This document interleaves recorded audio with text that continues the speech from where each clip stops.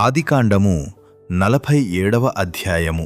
యోసేపు వెళ్లి ఫరోను చూచి, నా తండ్రియు నా సహోదరులను వారి గొర్రెల మందలతోనూ వారి పశువులతోనూ వారికి కలిగినదంతటితోనూ కనాను దేశము నుండి వచ్చి గోషెనులోనున్నారు అని తెలియచేసి తన సహోదరులందరిలో 5గురిని వెంటబెట్టుకొని పోయి వారిని ఫరో సమక్షమందు ఉంచెను. ఫరో అతని సహోదరులను చూచి, మీ వృత్తి ఏమిటి అని అడిగినప్పుడు వారు, నీ దాసులమైన మేమును మా పూర్వీకులను గొర్రెల కాపరులము అని ఫరోతో చెప్పిరి.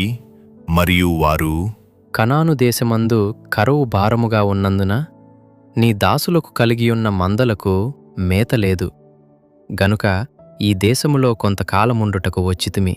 కాబట్టి గోషెను దేశములో నీ దాసులు నివసింప సెలవిమ్ము అని ఫరోతో అనగా, ఫరో యోసేపును చూచి, నీ తండ్రియు నీ సహోదరులను నీ యొద్దకు వచ్చియున్నారు. ఐగుప్తు దేశము నీ ఎదుట ఉన్నది. ఈ దేశములోని మంచి ప్రదేశమందు నీ తండ్రిని నీ సహోదరులను నివసింపచేయుము. గోషెను దేశములో వారు నివసింపవచ్చును. వారిలో ఎవరైనా ప్రజ్ఞగలవారని నీకు తోచిన ఎడల నా మందల మీద వారిని అధిపతులుగా నియమించుము అని చెప్పెను. మరియు యోసేపు తన తండ్రి అయిన యాకోబును లోపలికి తీసుకుని వచ్చి ఫరో సమక్షమందు అతని నుంచగా యాకోబు ఫరోను దీవించెను.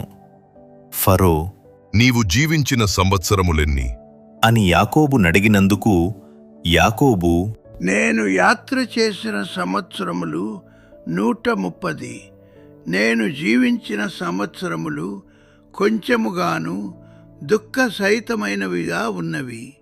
అవి నా పితరులు యాత్ర చేసిన దినములలో వారు జీవించిన సంవత్సరములన్నీ కాలేదు అని ఫరోతో చెప్పి ఫరోను దీవించి ఫరో ఎదుట నుండి వెళ్ళిపోయెను. ఫరో ఆజ్ఞాపించినట్లు యోసేపు తన తండ్రిని తన సహోదరులను ఐగుప్తు దేశములో నివసింపచేసి ఆ దేశములో రామెసేసను మంచి ప్రదేశములో వారికి స్వాస్థ్యమునిచ్చెను. మరియు యోసేపు తన తండ్రిని తన సహోదరులను తన తండ్రి కుటుంబపు వారినందరినీ వారి వారి పిల్లల లెక్కచొప్పున వారికి ఆహారమిచ్చి సంరక్షించెను.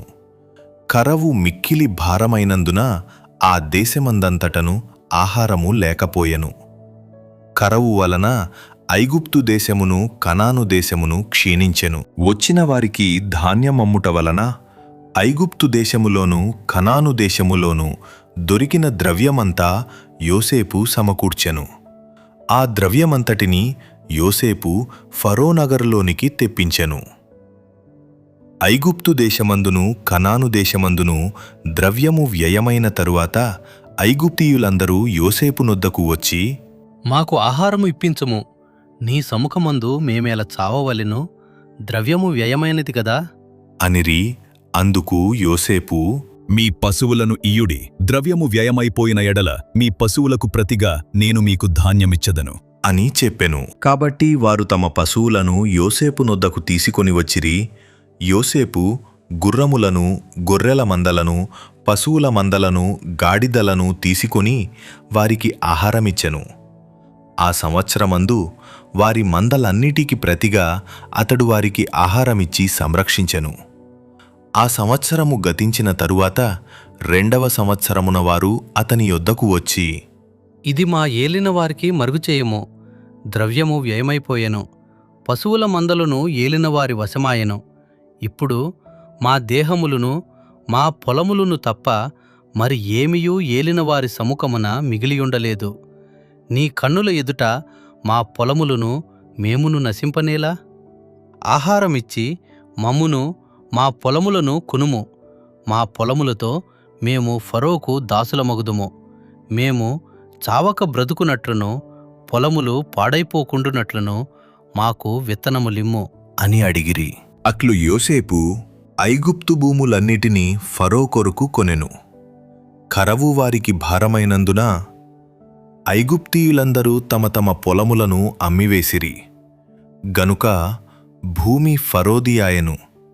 అతడు ఐగుప్తు పొలిమేరల యొక్క ఈ చివర నుండి ఆ చివర వరకును జనులను ఊళ్లలోనికి రప్పించెను. యాజకుల భూమి మాత్రమే అతడు కొనలేదు. యాజకులకు ఫరో బత్తెములు నియమించెను.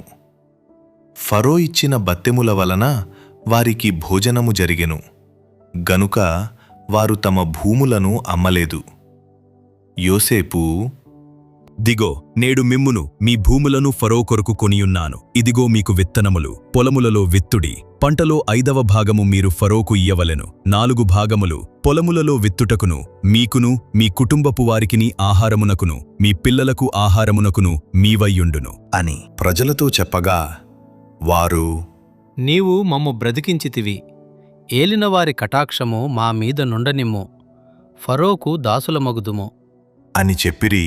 అప్పుడు 5వ భాగము ఫరోదని నేటి వరకు యోసేపు ఐగుప్తు భూములను గూర్చి కట్టడ నియమించెను.